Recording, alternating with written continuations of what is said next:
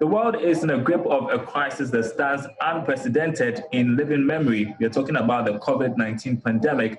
Now, policymakers now have to make decisions based on data, putting pressure on statisticians or agencies tasked with such responsibilities. Now, the Ghana Statistical Service says the COVID-19 pandemic has exposed challenges to do with logistics and human resource. Here's government statistician Professor Samuel Kobneni explaining some of these realities statisticians are faced with now. So within Ghana Statistical Service, one of our main challenges had to do with the realization of what is now called the new world that we find ourselves in. So as GS, I had the responsibility to let colleagues know that things are not as usual, so there is the need for us to begin to adapt based on our resources. The other challenge had to do with, if you want to do it, do you have the capacity to do it, both human and financial resources? This was really the case because since we had to deploy new ways of working, specifically working from home, it came with challenges as in whether all staff, for instance, had access to data. All staff, for instance, have home environments that they could turn around easily to make them work environment, and whether all the staff had basic facilities such as laptop for them to work with. So we needed to think about the adaptation from a resource point of view. And as I said, it had to do with both financial and human. The human side was more of whether our technological setup would give us the opportunity to harness the full need for the use of ICT in the world of COVID-19. The other thing is we internally had to think about how we reorganize and refocus ourselves in the space of COVID-19, because definitely it came up with different sets of demands, different sets of expectations. So one challenge was whether we could quickly readjust, refocus, re-strategize in order to meet these challenges.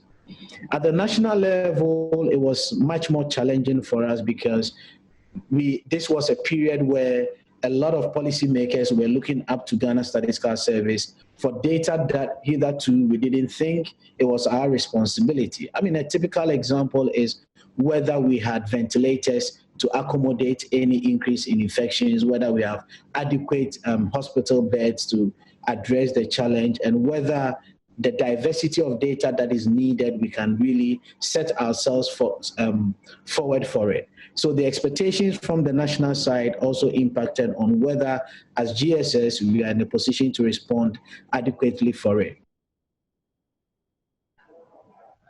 Well, in that interview with the United Nations Economics Department and Social Welfare, Professor Enim also said the Statistical Service is drifting away from being a mere data production agency to becoming an analytical institution. He says this is important to enable decision-making during this time of the pandemic. Opportunity to make a case for open data would be or has been unprecedented with the wake of COVID-19.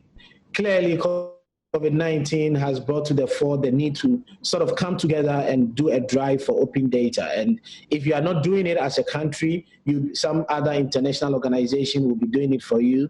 And even if you are not doing it within a country, as an institution within a country, some other institutions, or you allow even the private sector to go ahead with some data in anticipation that it's putting out a resource to help fight COVID-19.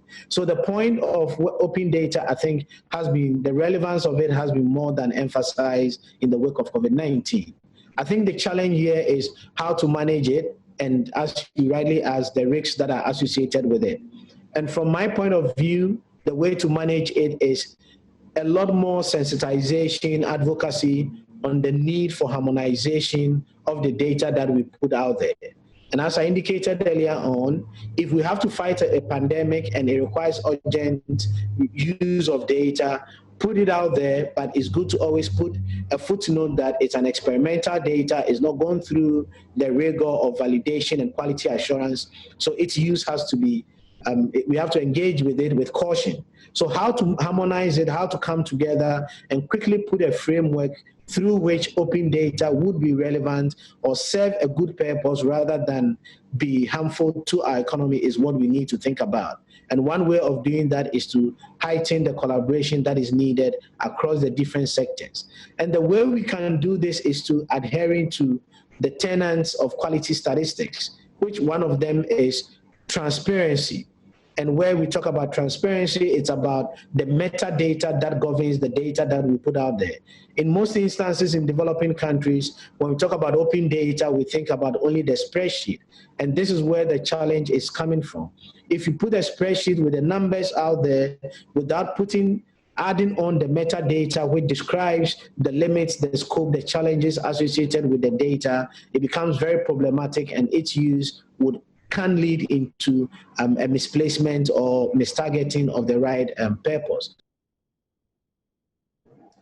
Yes, so that was Government Statistician Professor Samuel Kobnenim granting an interview to the United Nations Department of Economics and Social Affairs on the impact of COVID-19 on the work that they do.